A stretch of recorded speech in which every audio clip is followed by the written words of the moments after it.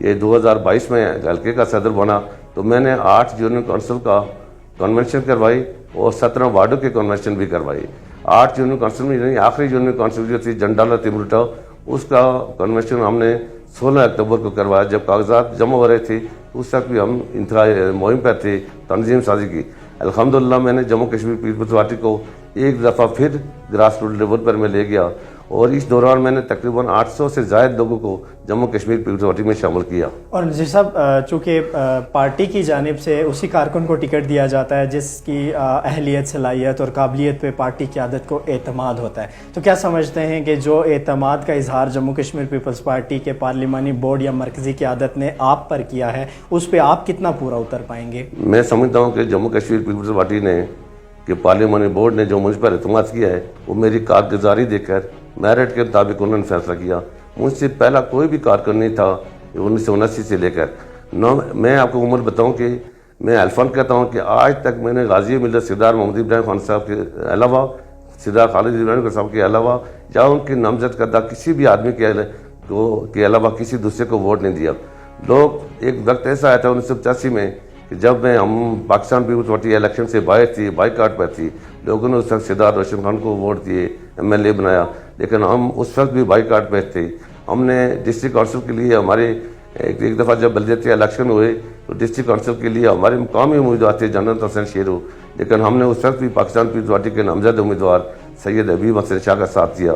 ہم نے پہلے بھی پارٹی کے اعتماد پر پورا اترے ہیں، آئندہ بھی انشاءاللہ اتریں گے. اور میں پارٹی کے لیے میں نے تن من دھن جو ہے وہ پارٹی کے لیے پہلے بھی صرف کیا، آئندہ بھی یہی صرف کرتا ہوں. غازی ملت کا خانوادہ جو ہے وہ ہمارا سیاسی کعبہ ہے. میں سردار خالد ابراہیم کو سیاسی لیڈر ان کے ساتھ چلا ہوں. اس کے بعد سردار حسن ابراہیم اور سردار اسد ابراہیم میرے لیڈر ہے، اور میرا یہ ایمان ہے کہ میں سردار حسن ابراہیم کی 1 سالہ بیٹی جو ہے اس کو بھی اپنا لیڈر مانتا ہوں. یہ میرا ایک عقیدت ہے اس خاندان کے ساتھ. اور جی صاحب ایسے میں آپ کیسے بہتر کارکردگی دکھائیں گے جب آپ ہی کے حلقے سے، آپ ہی کی یونین کونسل سے، آپ ہی کی پارٹی سے جموں کشمیر پیپلز پارٹی کے سابق صدر ضلع پونچھ سردار سیاب شریف بھی اگر دیکھا جائے تو ایک طرح سے آپ ہی کے مد مقابلے، تو ایسے میں اپنی پروگرس کتنی دیکھتے ہیں؟ الحمدللہ میں کسی کے ساتھ کوئی ریس میں نہیں ہوں. سیاب شریف میرا عزیز ہے، میں ان کا زیادہ تذکرہ نہیں کرنا چاہوں گا، لیکن میں اپنا کام خود کرتا ہوں. میری جو روٹس ہیں، میری جو جڑیں ہیں وہ عوام میں ہیں. میں عوام کی بھلائی کے لیے کام کرتا ہوں اور کرتا رہوں گا، اور جموں کشمیر پیپلز پارٹی کو گراس روٹ لیول پر بھی لے جاؤں گا. اس الیکشن میں ٹکٹ کی تقسیم کی وجہ سے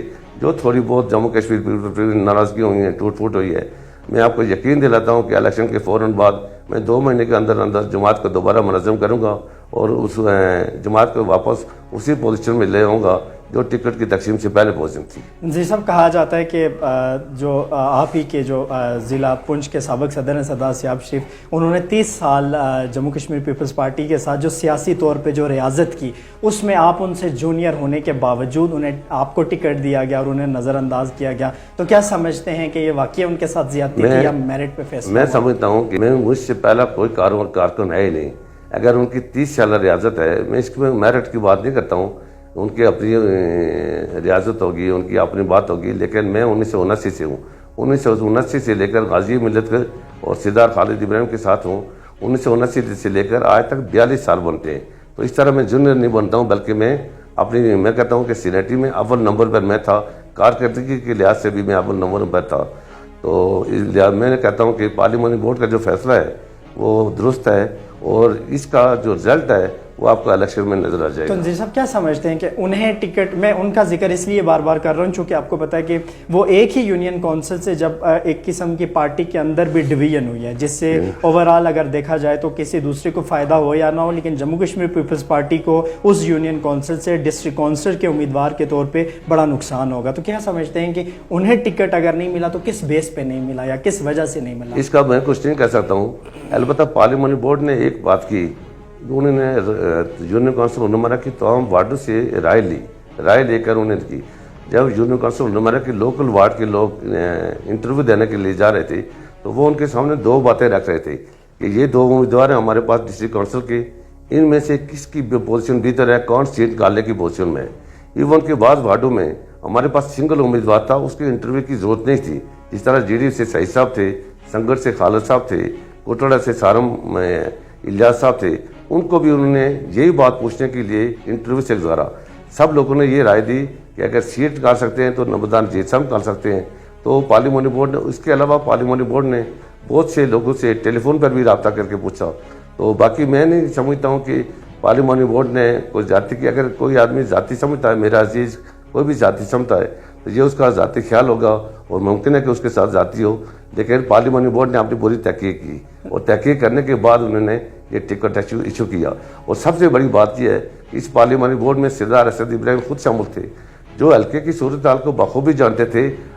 جن کا آخری اجلاس 16 اکتوبر یعنی 14 اکتوبر سے لے کر 24 اکتوبر تک کاغذات جمع ہو رہے تھے، اور سردار اسد ابراہیم صاحب 16 اکتوبر کو جنڈالا تیمروٹا کی یونین کونسل کے کنونشن میں شامل تھے۔ ان کو ایک ایک وارڈ کا، ایک ایک یونین کونسل کا، سب حلقہ نمبر 5 کی تمام یونین کونسل کا پتہ ہے۔ میرے خیال ہے ان کی بھی رائے کو پارلیمانی بورڈ نے کنسیڈر کیا ہوگا۔ یا میں باقی سیاسی صاحب کا میں زیادہ نام ہی نہیں لوں گا، اس لیے کہ وہ میرے عزیز ہیں، ان کی وہ اگر سمجھتے ہیں تو ان کی حق تلفی ہوئی ہے تو ان کو پارٹی کو ان کی حق تلفی کا ازالہ کرنا چاہیے، مجھے نہیں پتا اس معاملے تو جی صاحب ایسے بھی چونکہ افواہیں کہہ لیں، ایسی بھی چونکہ گردشیں ہیں، ایسی بھی کہ آپ نے ٹکٹ کے حصول کے لیے مرکزی قیادت سے یا پارلیمانی بورڈ سے ذاتی حیثیت میں بھی کوئی رابطہ کرنے کی کوشش کی کہ ٹکٹ کس کو ملنا چاہیے یا کس کو نہیں ملنا چاہیے؟ کہ ابھی نہیں کی، صرف پارلیمانی بورڈ میں نے جو درخواست دی ٹکٹ کے حصول کے لیے، اس میں نے اپنی پوری ہسٹری لکھی کہ یہ میرا کام ہے، اب یہ میرا کارنامہ ہے اور کب سے میں جموں کشمیر پیپلز پارٹی میں ہوں، بلکہ میں نے پوری جو اپلیکیشن تھی نامزدگی کے لیے وہ بہت تفصیلی لکھی۔ میرا خیال ہے پارلیمانی بورڈ نے وہ بھی پڑھی ہوگی۔ کبھی ذاتی اپروچ نہیں کی، کبھی کسی سے سفارش نہیں کروائی، مجھے سفارش کرنے کی ضرورت ہی نہیں تھا۔ یہ ڈسٹرکٹ کونسل کی پوسٹ جو ہے یہ میرے لیے اتنی امپورٹنٹ نہیں تھی۔ اللہ تعالیٰ نے جو عزت دی ہوئی ہے وہ اس سیٹ کے علاوہ بھی اللہ تعالیٰ نے بہت عزت دی ہوئی ہے۔ یہ سیٹ میرے لیے اتنی اہمیت نہیں تھی، یہ سیٹ میں لوگوں کی خدمت کے لیے ایک ذریعہ بنانا چاہتا ہوں سیٹ کو بس۔ تو جی صاحب آپ نہیں سمجھتے کہ جو پارٹی کے اندر خاص کر اگر یونین کونسل ہرنامرا کی بات کی جائے تو وہاں پہ جو ڈویژن آئی ہے، اس کو الیکشن سے قبل، جیسے آپ نے ذکر کیا کہ الیکشن کے بعد آپ پرائیورٹی بیسس پہ اس چیز کو حل کرنے کی کوشش کریں گے، وہ چیز اگر الیکشن سے قبل ہو جاتی، اگر ٹکٹ آپ کو مل گیا تھا تو پارٹی کو، یا آپ نہیں سمجھتے کہ آپ کو انہیں اعتماد میں لے کے اپنے ساتھ چل کے ایک مضبوط پوزیشن میں آ سکتے؟ میرا خیال ہے پارٹی میں کوئی چیز نہیں ہے۔ دیکھیں اس وقت پارٹی میں ہماری تمام وارڈوں کی تنظیمیں موجود ہیں، اور میرے ساتھ جو ہے جموں کشمیر پیپلز پارٹی کے ٹکٹ پر، یہ میں نہیں کہتا ہوں کہ میری ذات کے ساتھ، بلکہ جموں کشمیر پیپلز پارٹی کے ٹکٹ پر اور تلوار کے نشان پر تمام پارٹی یکجا ہے۔ ہماری وارڈ سے لے کر یونین کونسل کے صدر تک سارے لوگ ہمارے ساتھ الیکشن مہم میں چلتے ہیں، کوئی ڈویژن نہیں ہے اس میں جی۔ تو ایسے میں آپ نہیں سمجھتے کہ کچھ نہ کچھ ووٹ تو وہ بھی اس پہ اثر انداز ہوں گے جو آزاد حیثیت میں امیدوار کے طور پہ سامنے؟ دیکھیں الیکشن لڑنا ہر آدمی کا حق ہے، ٹھیک ہے، اگر وہ ووٹ اثر انداز ہوں گے یا نہیں ہوں گے، یہ چونکہ الیکشن کی دور سے ہم ان کو کسی صورت میں نہیں روک سکتے ہیں۔ میں سمجھتا ہوں کہ الیکشن لڑنا جمہوری عمل ہے اور یہ ان کا حق ہے، بے شک وہ لڑتے رہیں، یہ ان کا اور پارٹی کا معاملہ ہے، مجھے اس میں میرا خیال ہے کوئی اثر نہیں پڑے گا۔ تو اس میں نذیر صاحب کیا وجہ ہے کہ پوری جموں کشمیر پیپلز پارٹی کے اندر سے اگر دیکھا جائے تو آپ وہ واحد شخص ہیں کہ جس پہ مختلف ادوار میں کئی دفعہ الزامات لگتے رہے ہیں کہ آپ جہاں پہ بھی جاتے ہیں اپنے پاکٹس کے منہ کھول دیتے ہیں، اور اس کی کیا وجہ ہے؟ کچھ تو ہے جس کی پردہ داری؟ دیکھیں یہ الیکشن میں یہ بات آج الیکشن میں چلتی ہے، آپ کو پتہ ہے، آپ میرے پڑوسی ہیں، یہ الیکشن سے پہلے بھی ہم کرتے ہیں۔ الیکشن میں تو ہم نے یعنی اس وقت جو الیکشن میں واللہ میں نے ایک پیسہ نہیں لگایا، ایک کسی سے وعدہ نہیں کیا، لیکن الیکشن سے پہلے ہم کرتے ہیں۔ ہمارا یہ طریقہ کار ہے کہ میرا بھائی بزنس کرتا ہے، اس کا بزنس دبئی میں بھی ہے، کینیڈا میں بھی بزنس ہے، میرے بیٹے جو ہے کنسٹرکشن کمپنی ہے ان کی، وہ کام کرتے ہیں بیریا ٹاؤن میں۔ ہمیں یہ ہوتا ہے کہ جب جو کام کرتے ہیں فرض کیا گھر بنا کر ہم اس کو سیل کریں گے، جب میرا بھائی جو بزنس کرتا ہے اس کا ہم پرافٹ کے حساب سے اس کا 5% ہم خیرات اور صدقات میں لوگوں کی فلاح و بہبود پر خرچ کرتے ہیں۔ آپ کو پتہ ہے یہ الیکشن تو آج آئے ہیں، الیکشن سے پہلے میں نے نم میں کتنا کام کیا یہ آپ کو پتہ ہے۔ نم میں روڈیں بنوائی، اولدار کوٹڑے میں روڈیں بنوائی، وہ 2021 کے الیکشن کے بعد کیے میں نے، اور میں آج بھی جو ہے الیکشن کے بعد اگر میرے پاس کوئی بھی میرا پرافٹ کا پیسہ آئے گا اس کو ہم لوگوں کی فلاح و بہبود پر خرچ کریں گے، اور یہ ہمارا طریقہ کار ہے کہ ہم جو اپنی بزنس میں سے جو غریبوں مسکینوں کا حصہ، جو لوگوں کی فلاح و بہبود کا حصہ ہوتا ہے اس کو ہم بالکل الگ کرتے ہیں۔ یہ الزام بالکل غلط ہے کہ ہم الیکشن کو کوئی سیاسی رشوت کے طور پر تقسیم کرتے ہیں۔ تو اس میں نذیر صاحب اس آپ سے پہلے بھی چونکہ بہت سارے امیدواران یہاں پہ انٹرویوز دینے بھی آئے تو تقریباً زیادہ تر ان میں سے جو تھے انہوں نے یہی کہا کہ آپ الیکشن کے دوران بھی اس چیز کو پیسے کو جو ہے مختلف انفلوئنس کے طور پہ یوز کر رہے ہیں، تو اس میں کس حد تک صداقت ہے کہ اس میں 1% صداقت نہیں ہے۔ الیکشن میں ہم کوئی پیسہ نہیں استعمال کر رہے ہیں اور کوئی چیز نہیں۔ میں آپ کو بتاؤں کہ کل مجھے ٹرنٹی کی وارڈ کا میں نے وزٹ کیا اور وہاں ایک گھر میں گیا، اس گھر میں اس آدمی بیمار تھا، بیمار نہیں بلکہ زخمی تھا، اس کے سر پر کسی نے جھگڑا ہوا تھا، سر پر کسی نے چھریاں ماری ہوئی تھی اور اتنی ٹھنڈی حالت میں وہ سویا ہوا تھا۔ میرا دل چاہ رہا تھا کہ اس کے لیے میں کوئی مدد کروں، لیکن الیکشن کے قواعد و ضابط کی وجہ سے، الیکشن کمیشن کی پابندیوں کی وجہ سے یقین جانا میں وہاں سے خالی ہاتھ واپس آیا، اس کی کوئی مدد نہیں کی، جس کا مجھے بڑا صدمہ ہوا۔ تو اس میں نذیر صاحب ابھی جو موجودہ الیکشن ہیں جو 3 دہائیوں کے بعد آزاد کشمیر کے اندر ہونے جا رہے ہیں بلدیاتی الیکشن، تو اس میں پیسے کی یا برادریزم کی جو چیز ہے وہ کس حد تک اس کی انفلوئنس دیکھ رہے ہیں، اس چیز کو کس حد تک مداخلت کے ذریعے لوگ اپنے حق میں ووٹ کیش کروانے کے ابھی میں نے کچھ نہیں سنا ہے، لوگ کہہ رہے ہیں کہ پی ٹی اے والے ٹینکیاں تقسیم کر رہے ہیں، کچھ کر رہے ہیں، لیکن میں نے دیکھا نہیں ہے۔ اور برادریزم کی جو یہ الیکشن جو لوکل ہیں اس میں برادریزم چلتا ہے، لیکن جموں کشمیر پیپلز پارٹی کسی برادریزم پر یقین نہیں رکھتی ہے اور نہ ہی وہ برادریزم کی قائل ہے۔ ہم اپنا منشور لے کر، اپنا نظریہ لے کر، خالد ابراہیم کا نظریہ لے کر لوگوں کے پاس گھر گھر جا رہے ہیں اور الحمدللہ لوگ ہمیں بھرپور پذیرائی دے رہے ہیں۔ اس لیے میں نہ برادریوں کا قائل ہوں نہ قبیلہ پرستوں کا قائل ہوں، تو ہم صرف اور صرف اپنی سیاسی جماعت کا جو نظریہ وہ لے کر جا رہے ہیں۔ جی صاحب، آپ کی یونین کونسل میں اگر دیکھا جائے تو اور بھی بہت سارے ڈسٹرکٹ کونسل کے امیدوار کئی آزاد حیثیت میں ہیں، کوئی ٹکٹ کے ہولڈر ہے، تو آپ کیا سمجھتے ہیں کہ ایک ووٹر کے لیے آپ اس بات کا جواب کیسے دیں گے کہ باقی امیدواران کی نسبت آپ میں ایسی کیا خاص بات ہے یا آپ کے پاس ایسا کیا خاص ویژن یا نظریہ ہے جس کی بنیاد پہ لوگ آپ کو ووٹ دیں؟ بس میں نے یہ ڈسٹرکٹ کونسل کے علاوہ بھی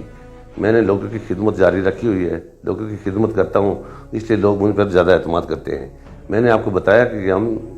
یہ جو ہمارے پاس کوئی ٹرسٹ نہیں ہے، کوئی این جی او نہیں ہے، کوئی فنڈیشن نہیں ہے، ہم جیب سے جو ہے لوگوں کی خدمت کر رہے ہیں۔ یہ الیکشن کی بات نہیں ہے، الیکشن سے پہلے یا الیکشن کے بعد بھی کریں گے، لیکن اس لیے لوگوں کا اعتماد ہے ہم پر کہ جو آدمی آج تک ریکارڈ نہیں ہے، جو آدمی آج تک اپنی جیب سے خرچ کر کے کسی کو سڑک بنا کر دیتا ہے، کسی کو مسجد تعمیر کر کے دیتا ہے، تو میرا خیال ہے اس طرح لوگوں کا اعتماد ہم پر زیادہ ہے۔ اور نذیر صاحب، آخر میں اپنے دیکھنے اور سننے والوں کے لیے آپ کیا میسج دیں گے؟ میں سارے دیکھنے اور سننے والوں کو یہ پیغام دوں گا کہ آپ حق اور سچ اور میرٹ کی بنیاد پر ہمیں ووٹ دیں اور کبھی نہ کسی پیسے کے بل بوتے پر کسی کا ساتھ دیں، نہ کسی قبیلے کی بنیاد پر کسی کا ساتھ دیں، بلکہ آپ حق اور انصاف کی بنیاد پر لوگوں کا ساتھ دیں تاکہ آپ کا نمائندہ منتخب ہو کر، صاف ستھرا نمائندہ منتخب ہو کر لوگوں کے سامنے یا آپ کے مسائل حل کر سکے اور لوگوں کے سامنے بھی سرخر ہو سکے۔ تو میں لوگوں کو یہ پیغام دینا چاہتا ہوں کہ آپ میرٹ کو دیکھیں، خالد ابراہیم کے نظریے کو دیکھیں اور کسی پیسے کو، کسی دولت کو، کسی چیز کو آپ مد رکھیں۔ اس میں ایک بات تھوڑی سی، عمر آپ نے سوال نہیں کیا، تھوڑی سی میں ایک بات وضاحت کر لوں کہ میرے متعلق ایک بات ہے، یہ میرے انتہائی قابل احترام دوست ہیں سردار ممتاز صاحب، انہوں نے بات کی ہے کہ رمضان نذیر صاحب نے جڑی میں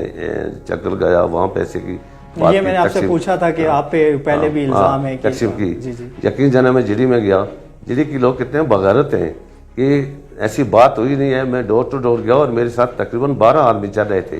کیا 12 آدمی کی موجودگی میں کوئی آدمی کسی کو پیسہ دے سکتا ہے؟ یہ ناممکن بات ہے۔ جڑی کے لوگ اتنے بغیرت ہیں، میں سمجھتا ہوں کہ ممتاز صاحب میرے بڑے قریبی ساتھی ہیں، ہم نے اکٹھے سروس بھی کی ہے، لیکن مجھے یہ افسوس ہے کہ انہوں نے اپنے گاؤں کی تجلیل کی ہے، جس پر میں جڑی کے لوگوں سے ایک دفعہ پھر معذرت چاہتا ہوں تاکہ